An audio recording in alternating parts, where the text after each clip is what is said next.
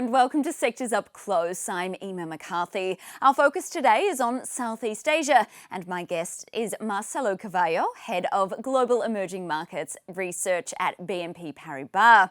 Central banks in Indonesia and the Philippines kept interest rates at record lows this Thursday to support the country's slow recovery from the pandemic. Southeast Asia's largest economy, Indonesia, grew by a disappointing 3.51% in the third quarter as restrictions to control COVID-19 cases weighed on activity.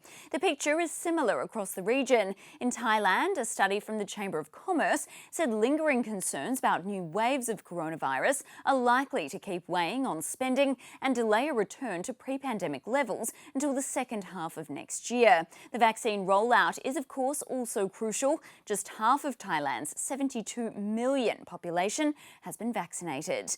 On the markets, the Thai SET index has gained 13.91% so far this year. That makes it far from the worst performer among emerging markets, but analysts say that unless tourists, who normally contribute about 12% of Thailand's GDP, come back soon, the economy will struggle to recover. Meanwhile, in Indonesia, the Jakarta SE composite is up 11% this year.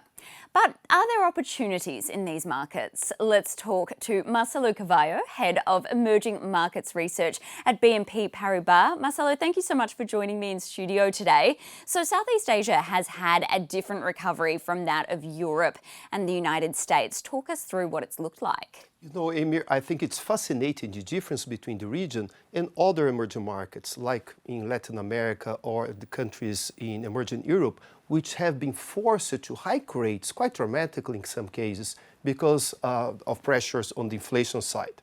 So this monetary tightening is going to slow these other economies over the course of next year. However, with emerging Asia, it's different.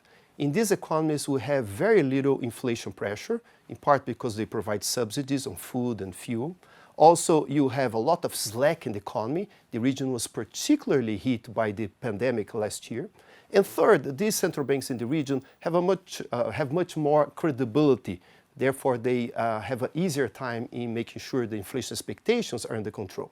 Bottom line, central banks in the region have no rush to hike interest rates anytime soon, and low interest rates should help with the recovery into next year.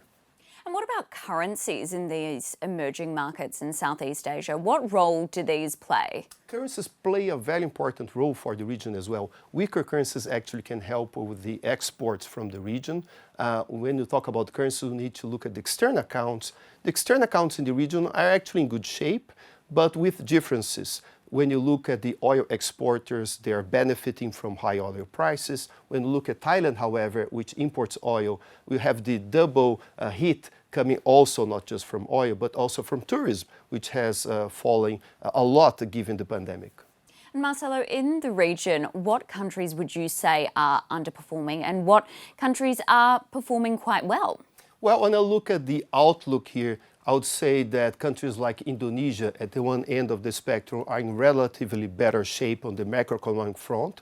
Others, however, like Thailand, given the oil situation and given the tourism situation, have been lagging behind. Certainly a very, very interesting region. Definitely one to keep an eye on. Thank you so much. That was Marcelo Carvalho, Head of Emerging Markets Research at BNP Paribas. Well, before I go, here are some of the top stories in this sector. The son of late Philippines dictator Ferdinand Marcos, an early frontrunner for the May election, is facing a second petition seeking to bar him from the presidential race, centred on a tax evasion conviction nearly 3 decades ago. The complaint, filed at the Election Commission by a group called the Campaign Against the Return of the Marcoses and Martial Law, argues the conviction should have perpetually disqualified him from holding or running for office. And in company news, Singapore Airlines says it expects to resume Boeing 737 MAX flights before the end of the year. The type has been grounded for more than 2 years after fatal crashes that killed 346 passengers. The carrier has 6 MAX planes in its fleet and another 31 on order.